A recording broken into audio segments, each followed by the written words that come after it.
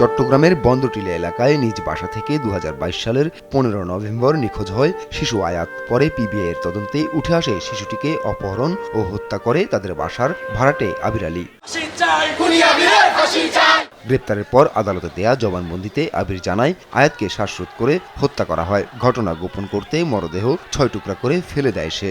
এই মামলায় 33 জনের সাক্ষ্য ও অন্যান্য তথ্য প্রমাণের ভিত্তিতে বুধবার আবিরের মৃত্যুদণ্ডের রায় দেয় আদালত। ভয়াবহ ঘটনা, তাই সমাজের জন্য একে মৃত্যুদণ্ড দেওয়াটা শ্রেয় মনে করায় বিজ্ঞ আদালত পর্যবেক্ষণে আসামি মোহাম্মদ আবির আলীকে মৃত্যুদণ্ডে দণ্ডিত করেছে। এদিকে চট্টগ্রামের বাকলিয়ায় শিশু ধর্ষণের ঘটনায় আসামি ডেকোরেটর কর্মী মনির হোসেনকে যাবজ্জীবন কারাদণ্ড দিয়েছে আদালত। মাত্র 8 কর্মদিবসে শেষ হয়েছে মামলার বিচার কাজ। আমরা রাষ্ট্রপক্ষ চেষ্টা করেছি সহযোগিতা করার জন্য এবং বাদীর পরিবারও সহযোগিতা করেছে। সকলের ঐকান্তিক প্রচেষ্টায় আমরা চেষ্টা করেছি ভিকটিম তার ন্যায় বিচার পেয়েছে। আমরা চাচ্ছি আইনের ফাঁক দিয়ে কোনো ব্যক্তি যেন, কোনো নিরপরাধ ব্যক্তি যেন অপরাধে হয়ে না যায় এবং কোনো অপরাধে যেন আইনের ফাঁক দিয়ে বেরিয়ে না যায়। আমি অনেক খুশি হয়েছি, যাবজ্জীবন দিয়েছে যে ওকে, আমি এটার জন্য সরকারকে ধন্যবাদ দিই।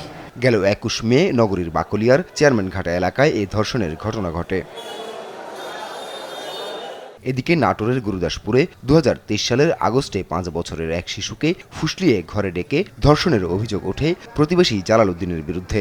বিচার কাজ শেষে বুধবার রাজশাহীর দ্রুত বিচার ট্রাইব্যুনালের বিচারক মোহাম্মদ তৈয়ব আলী তাকে যাবজ্জীবন কারাদণ্ড দেয়। বিজ্ঞ বিচারক বিবেচনায় নিয়েছেন এবং তিনি যাবজ্জীবন দিয়েছেন। সেই কারণে আমরা এই বিচারে আমরা সন্তুষ্ট রাষ্ট্রপক্ষ। এছাড়া জামালপুরে 10ম শ্রেণীর মাদ্রাসা শিক্ষার্থীকে ধর্ষণ মামলায় আসামি রাজীব হোসেনকে যাবজ্জীবন কারাদণ্ড দিয়েছে আদালত। বুধবার জেলা নারী ও শিশু নির্যাতন দমন ট্রাইব্যুনাল 1-এর বিচারক মোহাম্মদ আব্দুর রহিম এর রায় দেন। সর্বোচ্চ যাবজ্জীবন কারাদণ্ডের আদেশ প্রদান করেছেন এবং 5 লক্ষ টাকা জরিমানা আদেশ দিয়েছেন।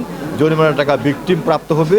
2015 সালের 7 জুন গভীর রাতে ওই মাদ্রাসা শিক্ষার্থীর শয়নকক্ষে প্রবেশ করে তাকে ধর্ষণ করে প্রতিবেশী রাজীব। আপন অপু, নিউজ ডেস্ক, দেশ টিভি।